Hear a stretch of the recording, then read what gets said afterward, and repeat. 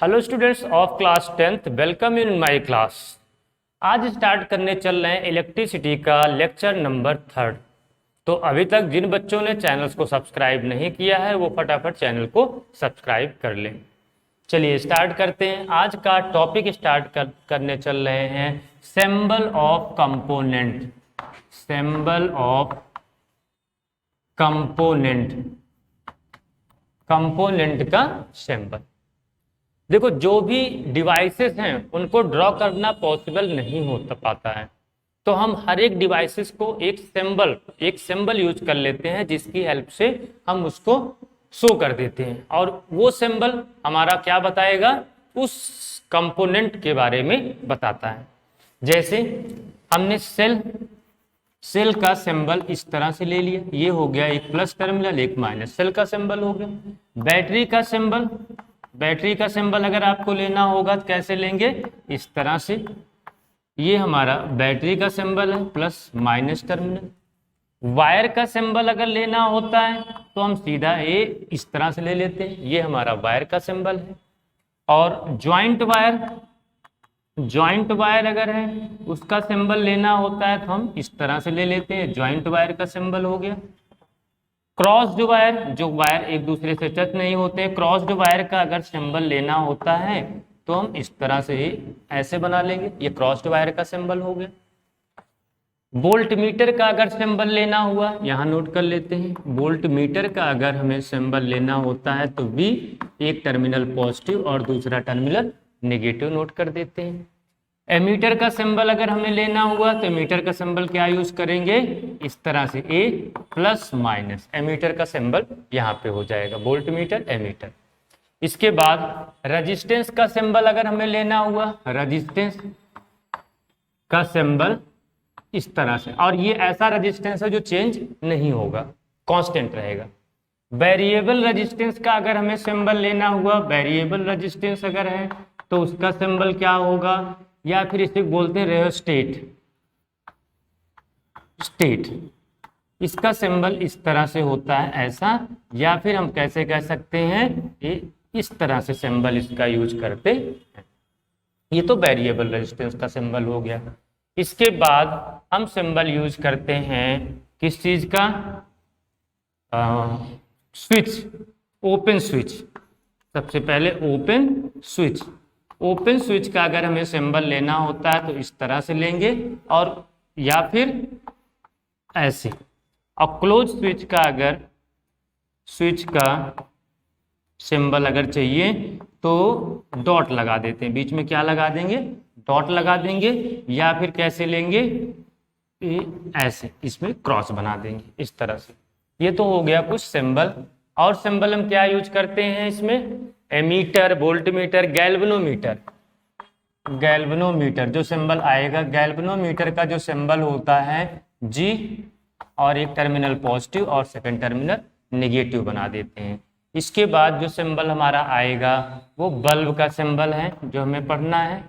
Bulb का symbol इस तरह से बना लेते हैं, या फिर इस तरह से बल्ब का सिंबल लेते हैं। तो स्टूडेंट फटाफट इस चीज को नोट करें, इसके बाद चलते हैं नेक्स्ट टॉपिक पे। फटाफट इसे नोट करें सभी। ओके गाइज, स्टार्ट करते हैं next topic, Ohm's law. Next topic आपका है ओम्स लॉ। ओम्स लॉ होता क्या है ये देखते हैं। कोई हमने एक कंडक्टर ले लिया, कंडक्टर में हमने पोटेंशियल अप्लाई कर दिया across the terminals of the conductor. यहाँ पे एक टर्मिनल हो जाएगा पॉजिटिव, दूसरा नेगेटिव, और इसमें आप जानते हैं करंट फ्लो करना स्टार्ट कर देगा। क्लियर है। इसके बाद यहाँ पे हमने और करंट कब फ्लो करेगा, जब आप पोटेंशियल अप्लाई करेंगे तब। तो इस टॉपिक में इन्होंने करंट और पोटेंशियल के बीच रिलेशन बताया। उन्होंने क्या रिलेशन बताया कि current in the conductor is directly proportional to applied voltage. अगर करंट बढ़ेगा इसका मतलब पोटेंशियल बढ़ा हुआ है, करंट कम होगा तो इसका मतलब पोटेंशियल कम है। ये डायरेक्टली प्रोपोर्शनल इन्होंने बताया। मीन्स द करंट, एक बात और विशेष, एट कांस्टेंट टेम्परेचर। टेम्परेचर इस कंडक्टर का बदलना नहीं चाहिए, अगर टेम्परेचर बदल गया तो सारी थ्योरी फेल। इसलिए लिखेंगे at constant temperature, the current in the conductor is directly proportional to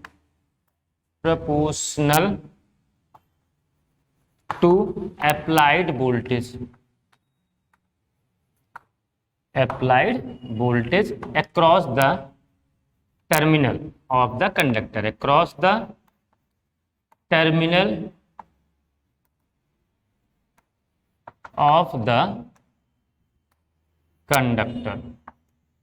clear.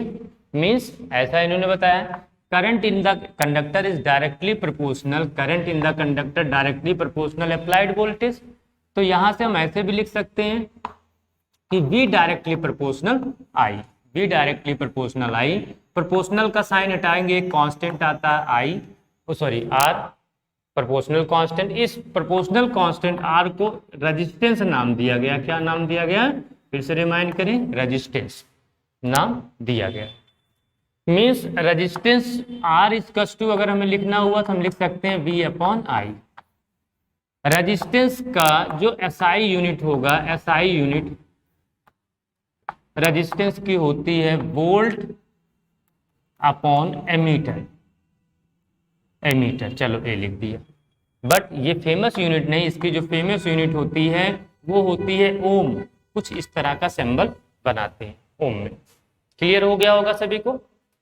इसके बाद हम इसमें ये देखते हैं, ये तो, और हाँ, जो रेजिस्टेंस होता है ये हमेशा करंट को अपोज करता है, करंट को हमेशा रोकता है। जिस मटेरियल का जितना ज्यादा रेजिस्टेंस होगा उस मटेरियल में, उस मैटर में उतना ही कम करंट फ्लो होगा। Means it always oppose the current, या फिर you can say as it control the current. सबसे बेटर ये रहेगा कि कंट्रोल कर सकता है। क्यों, ज्यादा भी कर सकते हैं और कम भी।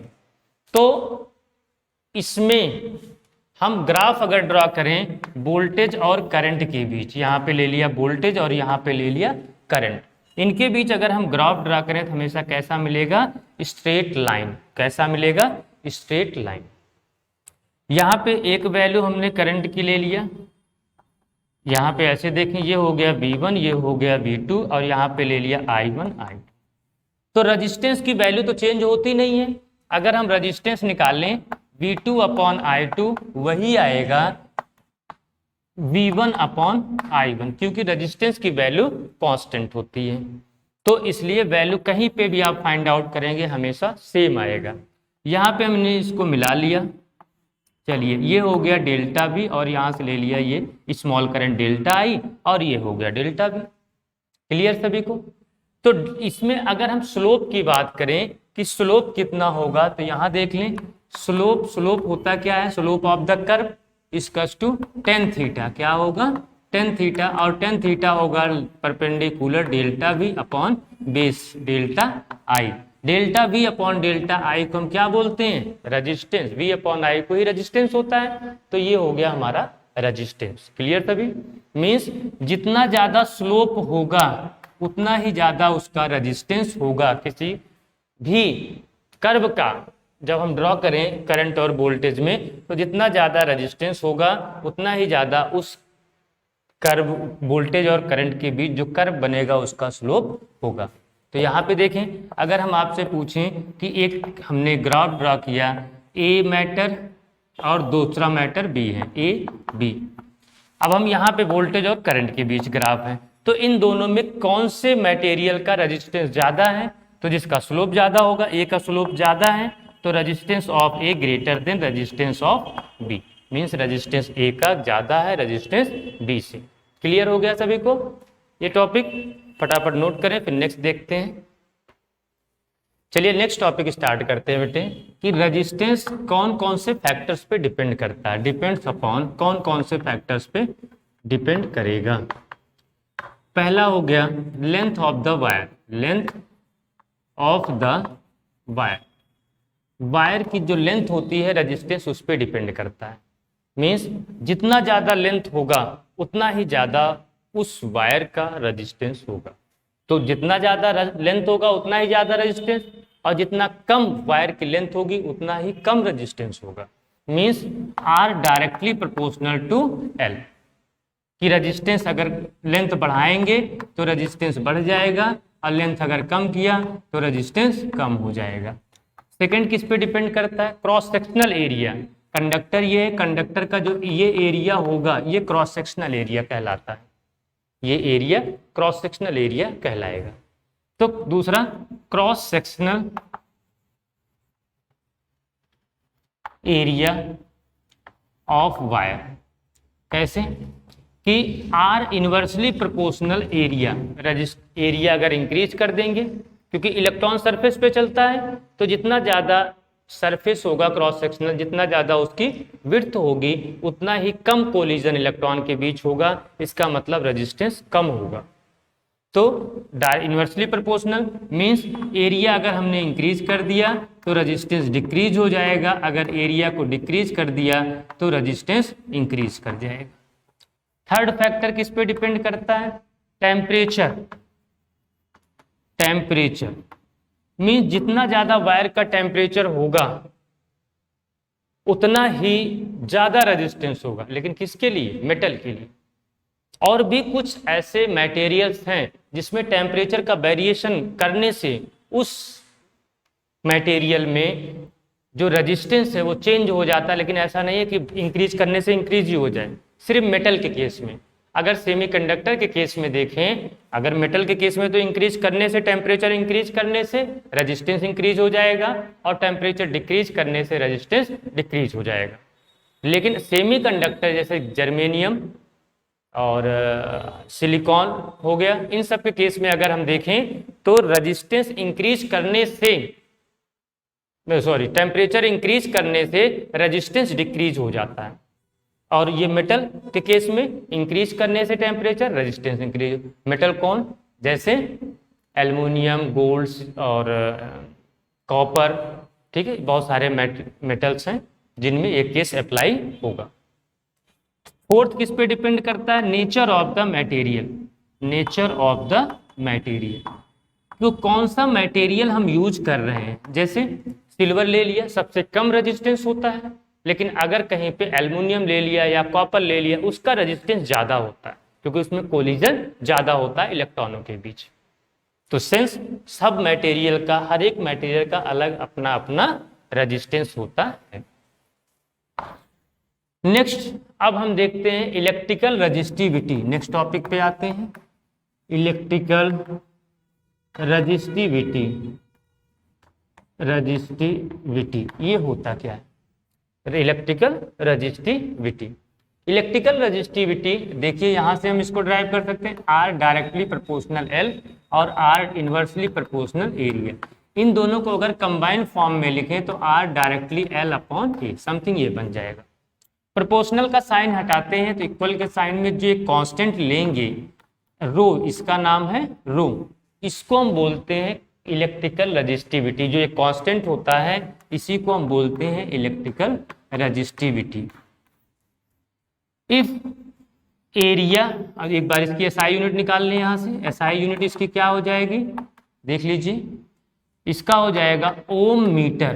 क्या हो जाएगा? ओम मीटर, ये इसकी एसआई यूनिट होगी। इफ लेंथ 1 यूनिट, किसी वायर का लेंथ 1 यूनिट और एरिया 1 यूनिट स्क्वायर हो जाए तो रेजिस्टिविटी ही रेजिस्टेंस होगा, उसकी जो रेजिस्टेंस होगा उस वायर का वही उसकी रेजिस्टिविटी होती है। Means if length and area becomes unity then resistance of the wire is its resistivity, वही उसकी रेजिस्टिविटी होती है। यहां तक सभी ने समझ लिया। इसको आपको डिफाइन करने को भी आ सकता है, बोर्ड में इसको डिफाइन करने को आ सकता है। रेजिस्टिविटी कौन कौन से फैक्टर्स पे डिपेंड करती है ये देखते हैं। तो रेजिस्टिविटी सिर्फ 2 फैक्टर्स पे डिपेंड करती है, क्योंकि लेंथ और एरिया दोनों ने आपने 1 यूनिट ले लिया है, वो फिक्स हो गया कि 1 यूनिट स्क्वायर एरिया और 1 यूनिट लेंथ का जो रेजिस्टेंस होगा वही उसकी रेजिस्टिविटी होगी, ये तो फिक्स हो गया। अब बचा क्या, किस पे डिपेंड करेगा? एक तो टेम्परेचर पे डिपेंड करता है। डिपेंड किस पे करेगा? डिपेंड्स टेम्परेचर पे डिपेंड करता है, दूसरा फैक्टर किस पे डिपेंड करेगा, nature of the material use पे, nature of the material use पे डिपेंड करेगा। क्लियर हो गया होगा सभी को ये। अगर कोई मेटल है उसका जो रेजिस्टेंस होता है वो कम होता है, सबसे कम होगा, और रजिस्टिविटी भी सबसे कम होती है। लेकिन अगर सेमीकंडक्टर है, सेमीकंडक्टर जैसे सिलिकॉन, जर्मेनियम, ये सब हो गए, इनका जो रजिस्टिविटी या फिर रेजिस्टेंस ये दोनों मेटल से ज़्यादा होते हैं, मेटल से ज़्यादा होते हैं।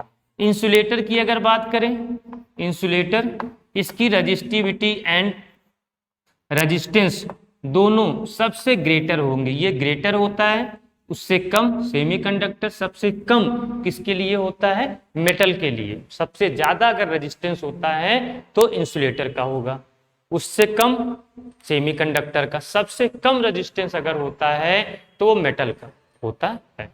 तो फटाफट इसे नोट करें, उसके बाद फिर नेक्स्ट स्टार्ट करते हैं। ओके बच्चों, नेक्स्ट क्लास में अब स्टार्ट करेंगे। आज की क्लास यहाँ पे फिनिश होती है, लेक्चर नंबर 3। लेक्चर नंबर 4 में हम आके देखते हैं, इस पे बेस कुछ न्यूमेरिकल सॉल्व करेंगे, इसके बाद नया टॉपिक स्टार्ट करेंगे। तब तक के लिए आप लोग अच्छे से पढ़ते रहें और चैनल को सब्सक्राइब, अगर जिन बच्चों ने नहीं किया वो चैनल को सब्सक्राइब कर लें, जिससे, और बेल आइकन जरूर दबाएं, जिससे आने वाली वीडियो की सारी इन्फॉर्मेशन आपको शो हो जाए। ओके।